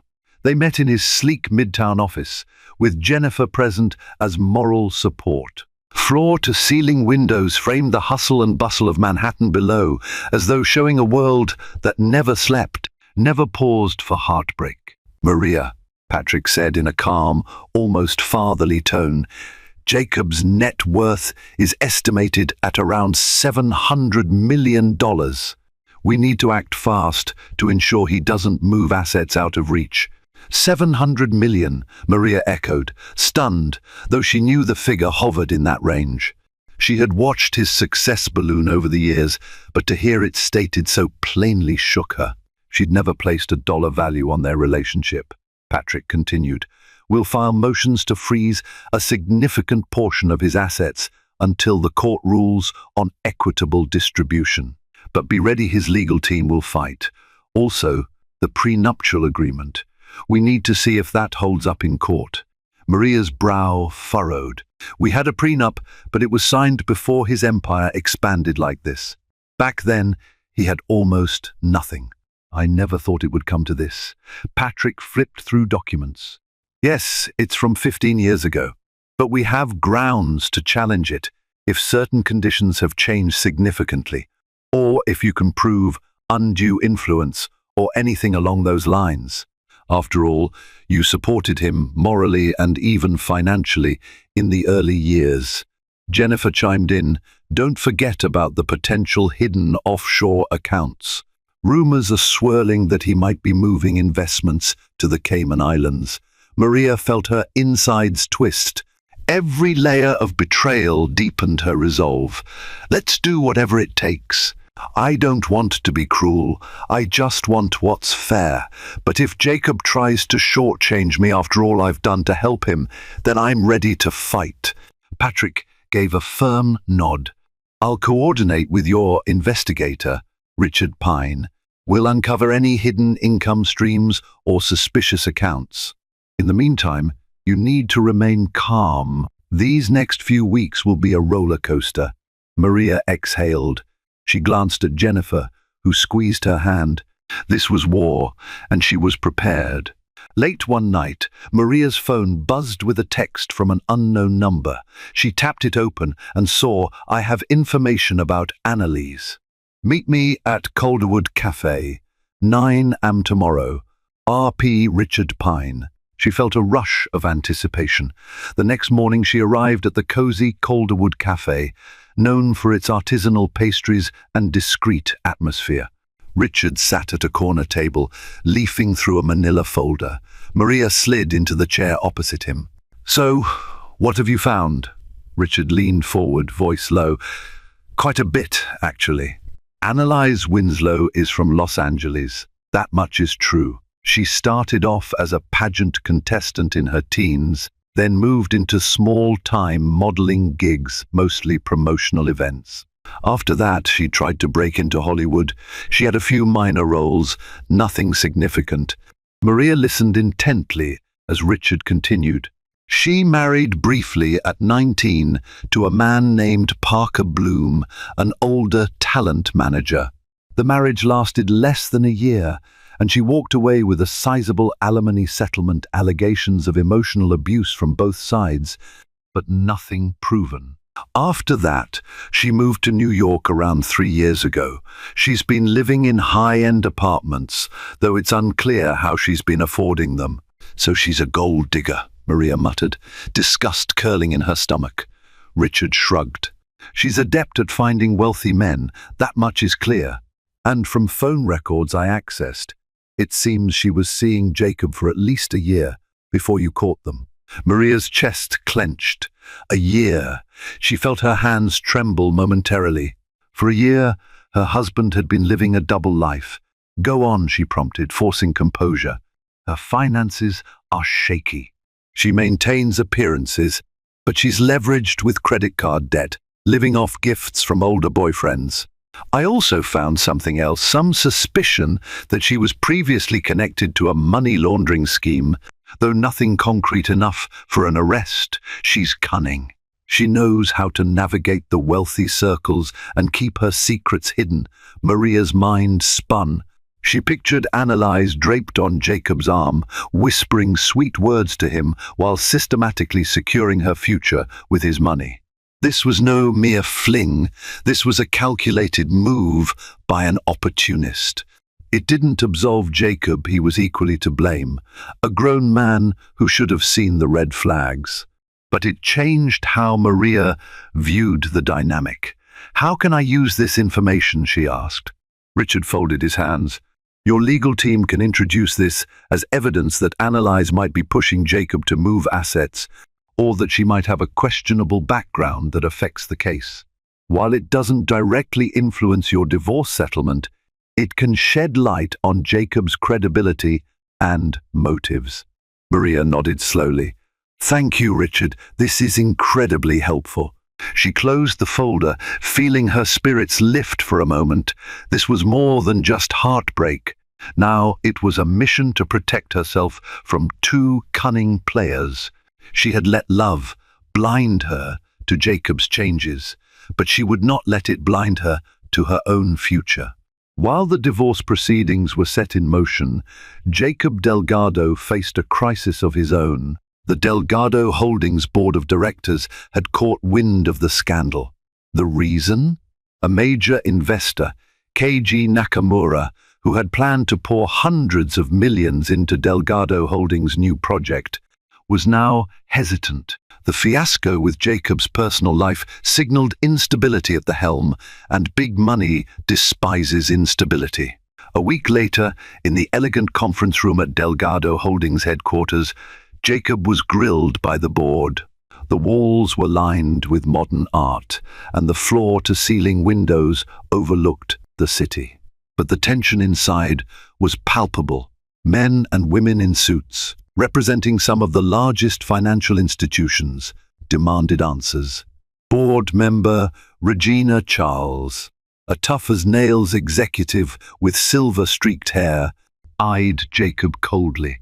We're not here to judge your personal decisions, she began, but your behavior is affecting our business. Mr. Nakamura is spooked. He stalled negotiations because he doesn't like the negative press associated with your, shall we say, public affair. Jacob attempted a confident posture. We can handle this, he said. Nakamura's concerns are about the stability of the company. I can assure you Delgado Holdings is stronger than ever. Regina's sharp gaze didn't waver. Your wife, Maria Delgado, has been a visible figure at charitable events linked to this company. She was involved, albeit unofficially, in several philanthropic partnerships. Her departure in such a scandalous way raises questions. We need to ensure no crisis of confidence escalates. Jacob felt his insides tighten. The narrative was twisting. Maria was no longer just his wife. She was an extension of the brand he had built. He stifled the desire to lash out at the board's insinuation that his personal life was fair game. Instead, he insisted, I'm working on controlling the narrative. We'll handle the press. And as for Maria, once the divorce is settled, we can present a unified, amicable front. Regina's lips formed a thin line. Jacob, we hired a PR team. They've strongly advised that we do damage control before the next shareholders' meeting. That might involve statements from both you and Maria, something to quell rumors of a messy divorce that could sabotage investor confidence. Besides, have you considered the ramifications if Miss Delgado takes you to the cleaners financially? Jacob's frustration peaked. I have attorneys for that, he snapped. We'll handle it." The rest of the board members exchanged looks. One of them, Arnold Powell, tried to lighten the tone. "Look, we just need reassurance that Delgado Holdings won't implode from a personal scandal. If you can't get it under control, we might have to explore leadership changes." That was the ultimate threat, a coup at his own company. Jacob forced a smile that didn't touch his eyes. "There will be no need for that. Trust me." As the meeting adjourned, Jacob was left alone for a moment. His reflection in the glossy surface of the boardroom table looked older, more stressed. He thought of Maria's eyes the last time he saw her, brimming with betrayal. Then he thought of Annalise, upset with the negative attention. For the first time, he questioned if the precarious web he'd spun was worth the cost. But it was too late. The avalanche had already begun. In a twist that neither Maria nor Jacob could have predicted, help came from an unexpected quarter, Jacob's estranged sister, Daniela Delgado. She had parted ways with the family years earlier, after disagreeing with Jacob on a major business decision that led to a bitter falling out. Since then, Daniela had built her own path, creating a successful interior design firm. She'd always admired Maria's kindness from afar and held contempt for Jacob's ruthless ambition. Out of the blue, Daniela reached out to Maria. She called one evening while Maria was reviewing documents with Jennifer. "Maria, this is Daniela, Jacob's sister." Maria's initial shock shifted into curiosity. "Yes, Daniela. The first remember you. We haven't spoken in ages." "Look," Daniela said, "I heard about what happened. I don't blame you if you don't want to talk. But I have information about a couple of major real estate deals. Jacob's been working on things that might be relevant to your divorce. If you're interested, meet me at the Silverwood Lounge tomorrow night at 8. Maria hesitated. Jacob had mentioned Daniela only rarely, and it was always laced with bitterness. Yet something told her Daniela might be sincere. "I'll be there," she said, surprising even herself. The next night, Maria walked into the Silverwood Lounge, a chic bar with velvet drapes and soft jazz music. Daniela, a petite woman with sharp features, waved from a corner booth. She wore a stylish black suit and maintained a guarded expression. "Thank you for meeting me," Daniela said, offering a polite nod as Maria sat down. Maria studied Jacob's sister. "I'm surprised you reached out. Jacob never said good things about you." Daniela smirked. "Likewise. He painted you as the obedient wife who turned a blind eye to his shadier deals. But I knew that wasn't you. We might not have been close, but I always saw your kindness." Now, about his real estate dealings. She opened her handbag and pulled out a USB drive. These are documents that point to a series of shell companies linked to Delgado Holdings. I suspect he's been funneling money offshore. Years back, he tried to get me to help launder funds through interior design contracts. I refused, and that's partly why we fell out. He threatened me to keep quiet. Maria's eyes widened. She carefully took the USB drive. If these documents were legitimate, they could be a game changer. "Why help me now?" Daniela's eyes flickered with something akin to regret. "Because Jacob's arrogance has gone too far. He's forgotten family loyalty and moral boundaries. If he wants to destroy you, the one decent aspect of his life, I won't stand for it. And, to be transparent, I want him to face consequences for all the times he's bullied and blackmailed anyone who stood in his way." Maria tucked the USB drive into her purse. She studied Daniela carefully, trying to gauge sincerity. "Thank you," she said eventually. "I'll have my lawyer look at this. I appreciate your honesty." Daniela gave a single nod. "Just be careful. He'll retaliate if he feels cornered. Jacob Delgado is still my brother, and I know what he's capable of." Fear nudged at Maria's heart, but it was overshadowed by her determination. She swore to herself that she wouldn't let fear rule her anymore. Jacob had shattered her trust and flaunted his betrayal in a way that threatened her entire future. She wouldn't stand idly by. While Maria gathered information, Annalise Winslow was not idle. She realized Jacob was in a precarious position.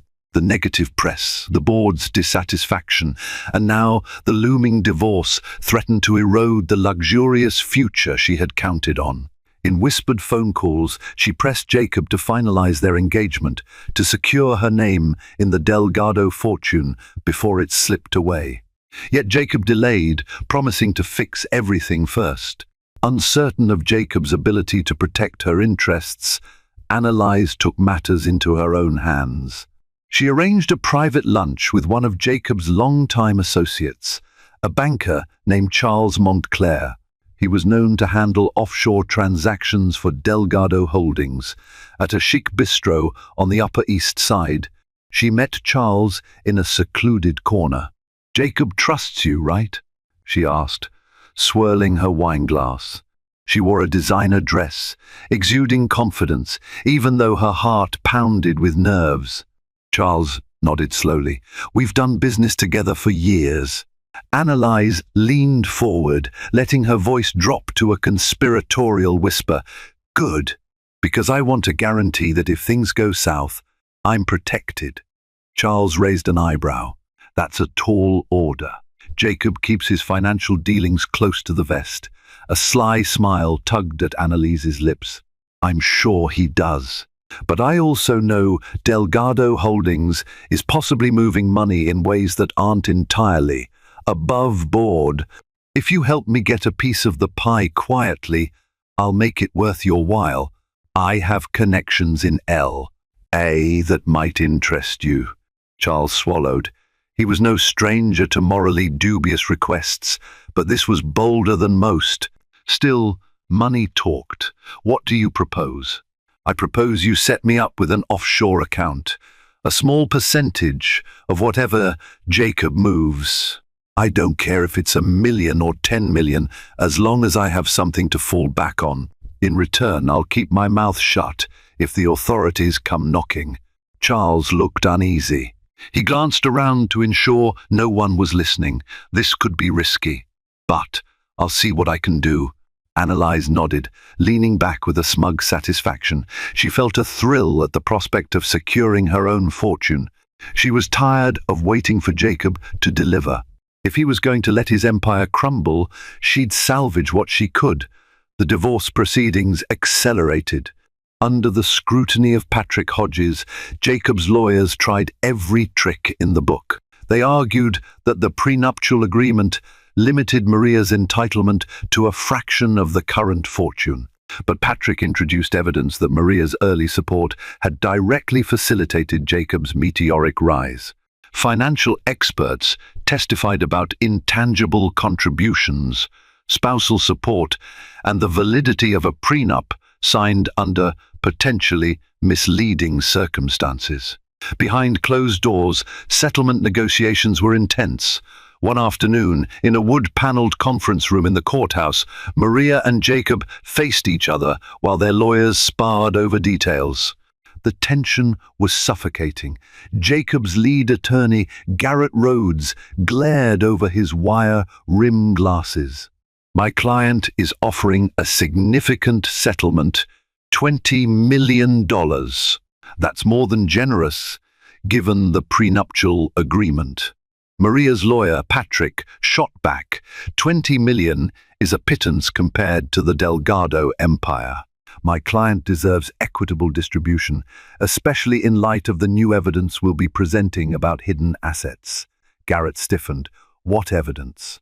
Patrick laid out the file containing Daniela's USB drive findings, shell companies, suspicious transfers, and potential tax evasion.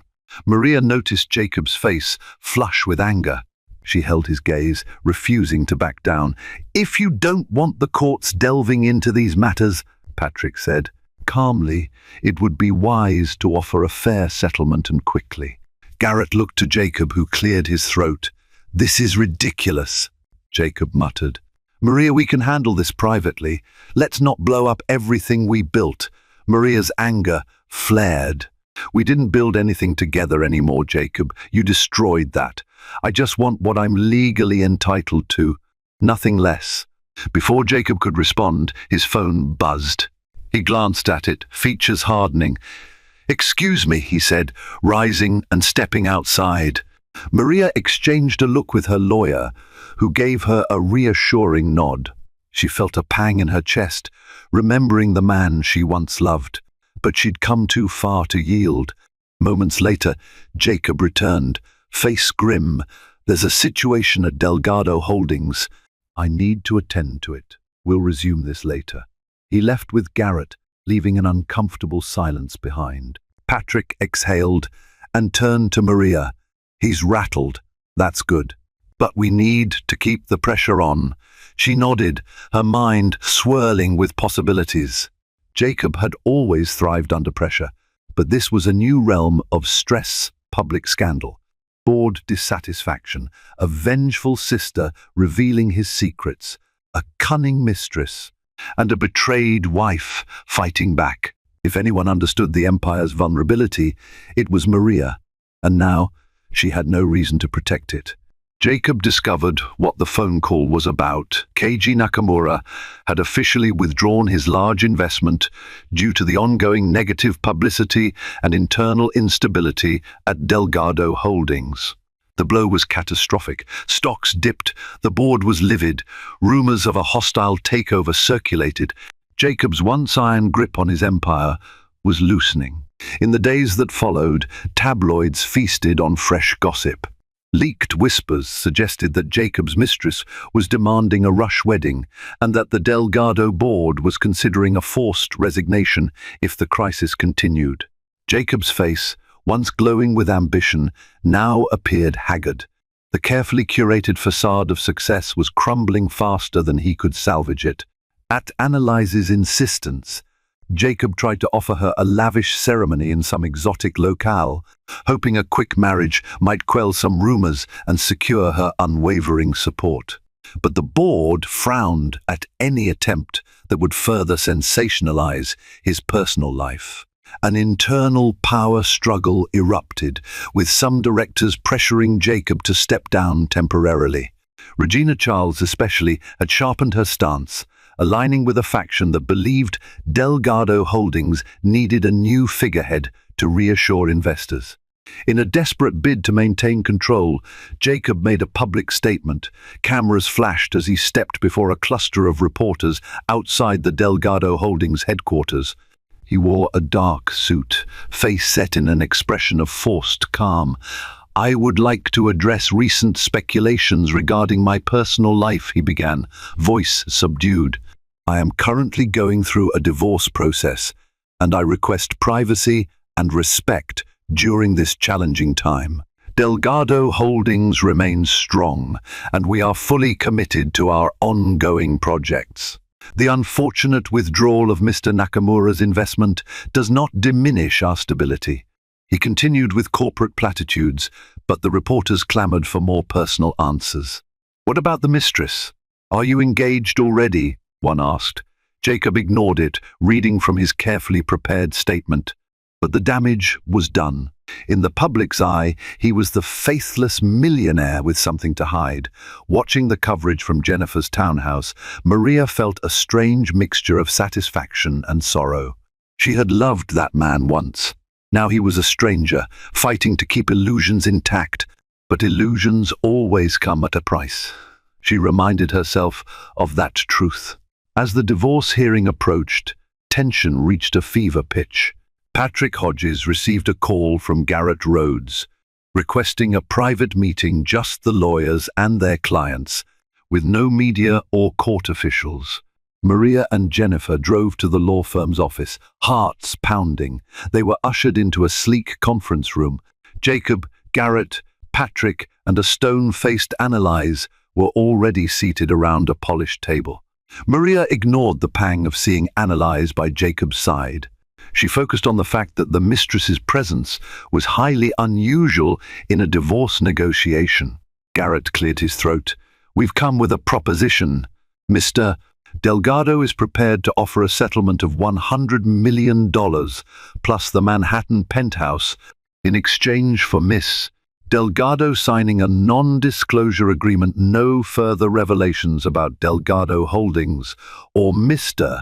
Delgado's personal affairs. We want to handle this quietly and move on. Maria's eyes flickered. 100 million was vastly larger than the initial offer. She glanced at Patrick, who gave a subtle nod, indicating it was a substantial proposition. Yet something felt off. Her gaze slid to Annalise, who looked uncharacteristically tense. Patrick spoke up. It's a generous offer, but we need to verify if there are no further conditions. Also, the NDA's scope must be clarified. Miss Delgado has the right to discuss her personal experiences freely. Jacob cut in, voice sharp. I don't want my ex-wife airing dirty laundry. We sign this. We end it. Maria, you go your way, I go mine. Maria's heart raced.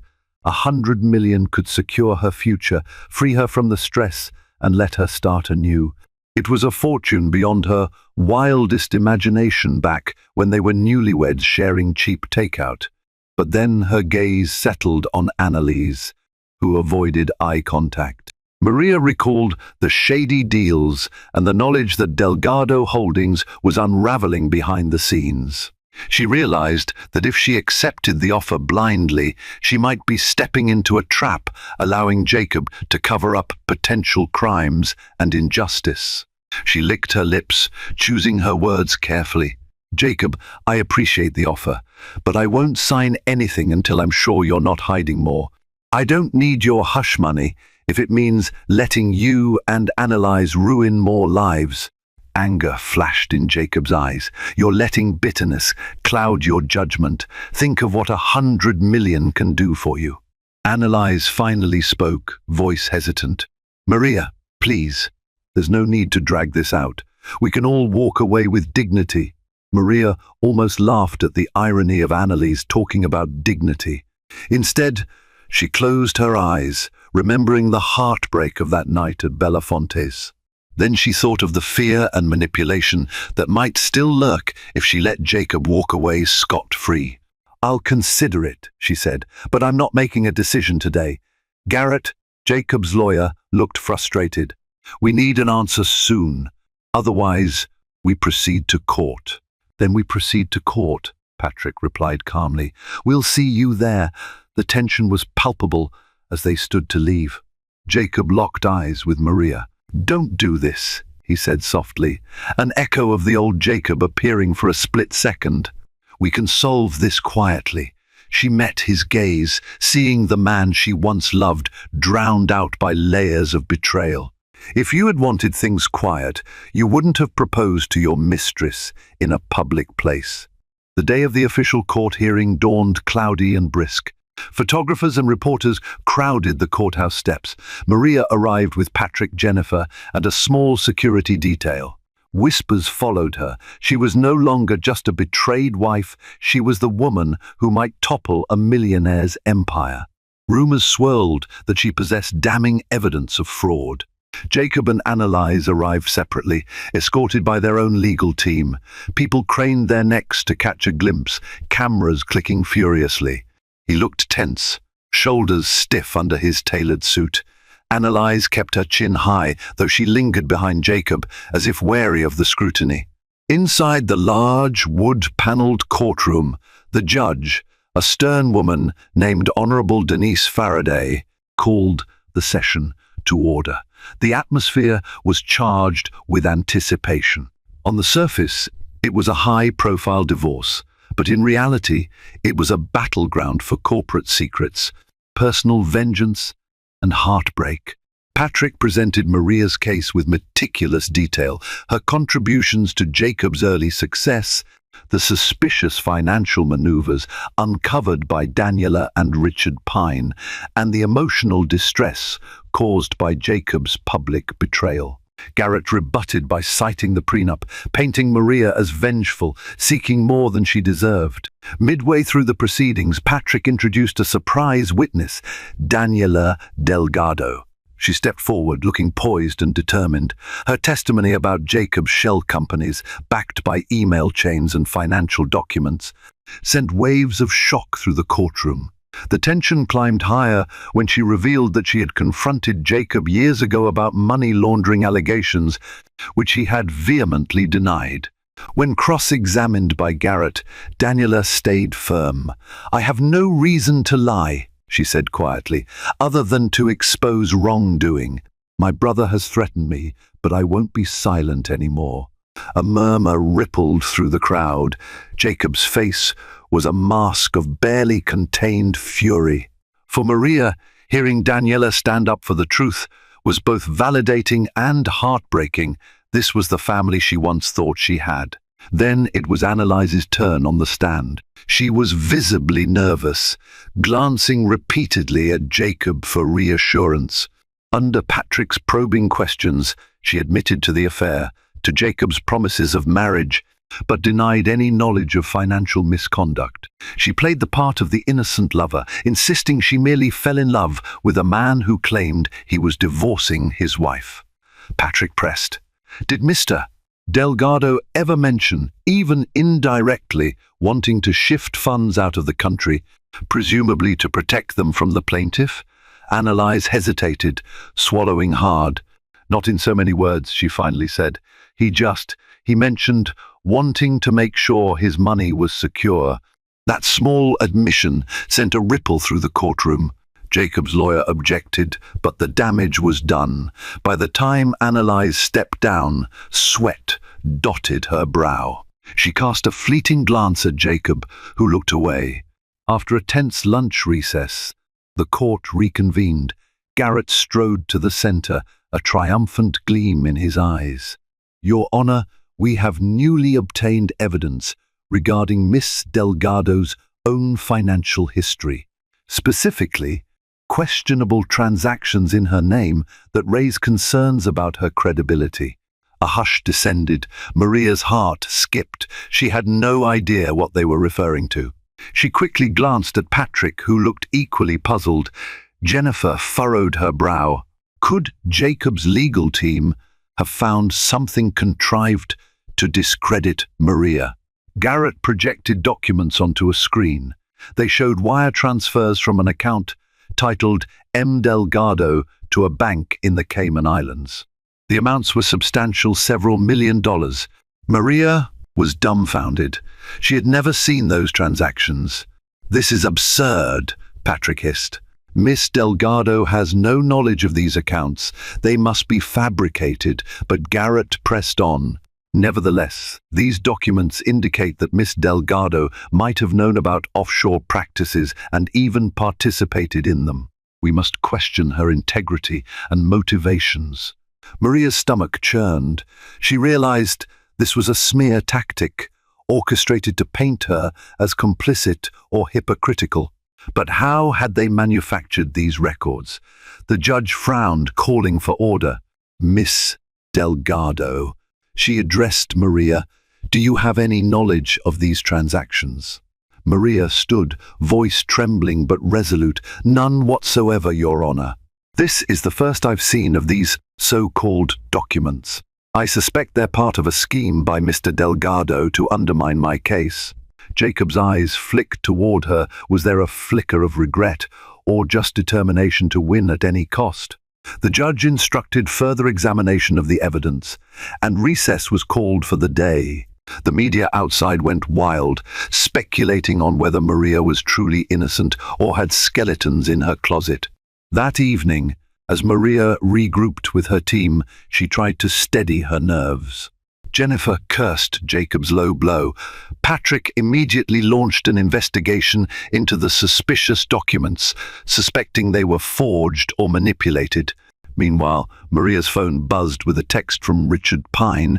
"Meet me at my office tomorrow at 7 a.m. I might have found something that can flip this around." Tension thrummed within her.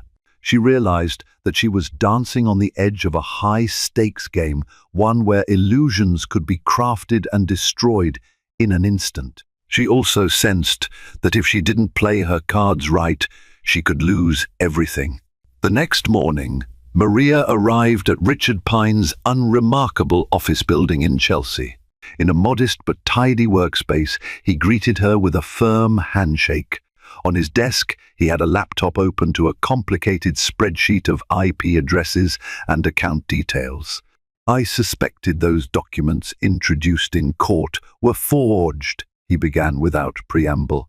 "So I did a deep dive into the digital metadata of the wire transfers. Every time a wire transfer is done, there's an electronic fingerprint. Long story short, the documents we saw in court have anomalies that suggest they were fabricated." Maria felt a surge of relief but also anger at Jacob's treachery. "So it's definitely fake," Richard nodded. "Yes, and I have proof. The IP addresses associated with these transactions trace back to a shell company that's linked to Delgado Holdings. The digital watermark indicates the documents were created using a specific software license registered to that same shell company. In simpler terms, it was an inside job." Maria exhaled, tension draining from her shoulders. She wanted to hug Richard, but she settled for gripping his arm. "This is exactly what we need.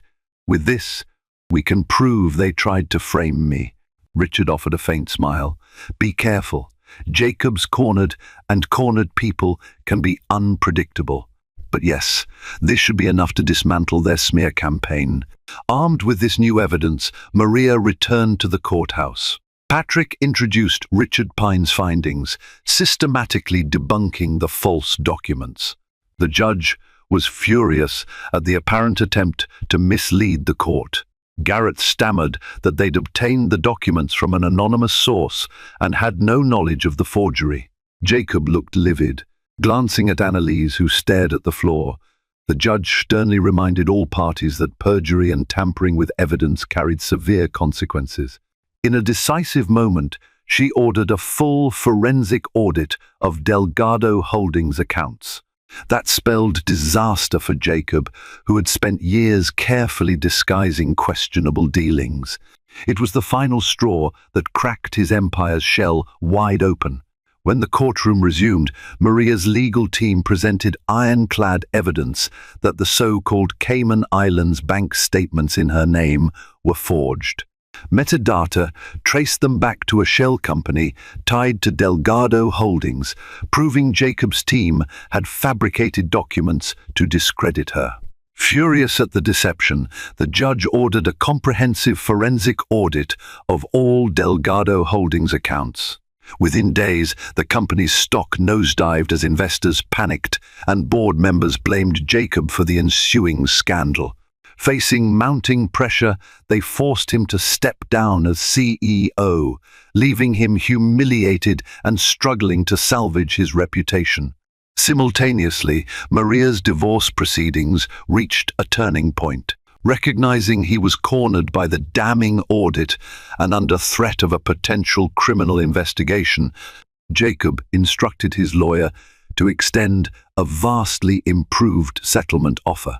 Instead of the nominal amounts initially proposed, Maria now stood to receive $200 million, a portfolio of properties including the Manhattan penthouse, and an official acknowledgement of Jacob's wrongdoing. Crucially, the settlement would also include his public apology for using forged evidence against her. Desperate to minimize further legal liabilities and public shame, Jacob surrendered to every condition, though he seethed at the outcome. On the day the final documents were signed, Jacob approached Maria in the courthouse hallway, offering a halting apology that acknowledged his betrayal and, beneath that, his regret at how spectacularly he had destroyed their shared dreams. Maria accepted his words without malice, though the bond they'd once shared was irrevocably severed. Annalise Winslow did not appear. Rumors suggested she was already planning her exit, unwilling to remain at Jacob's side now that his empire was in shambles. With the divorce finalized, Maria stepped away from the chaos. Though she walked away with more money than she'd ever imagined, she remained grounded by the values her parents had instilled in her. Resolving to use her resources for good, she founded an organization to assist women rebuilding their lives after betrayal, separation, or financial struggles. Daniela, Jacob's sister, became a staunch supporter. Together, they furnished the charity's new office, forging a friendship born of mutual respect rather than shared loyalty to Jacob. Jacob's fall from grace served as a cautionary tale in Manhattan's elite circles, a parable of unchecked ambition leading to ruin. Free from his shadow, Maria embraced her next chapter on her own terms, moving into a modern penthouse across town, a space she chose herself. Not out of obligation, she felt a renewed sense of hope.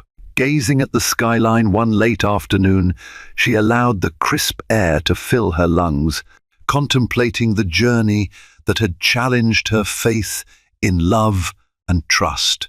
Yet, in rising from the rubble, Maria discovered a powerful truth. Broken dreams could serve as the foundation for a more genuine, self-determined future.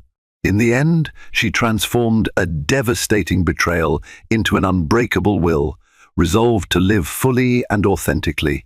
Her story an enduring testament to resilience and renewal.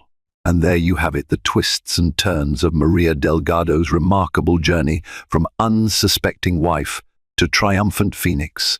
She discovered the power of self-reinvention in the face of heartbreak and high-stakes drama, proving that even the deepest betrayals can ignite a fierce determination to rise.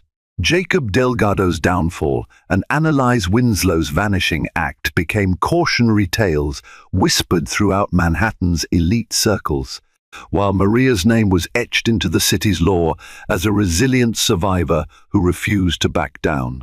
She built a new life that honored her past, but never allowed it to define her future.